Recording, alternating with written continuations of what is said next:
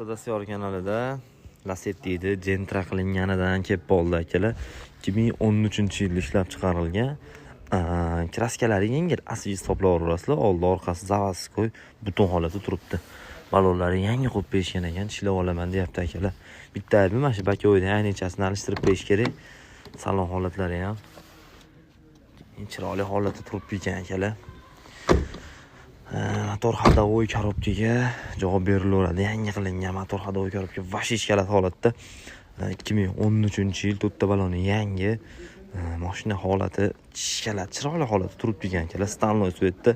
Yili hali oxirgisi eskilardan emas, Lacettilar. Oxirgi to'xtagan Lacettilar yilidan.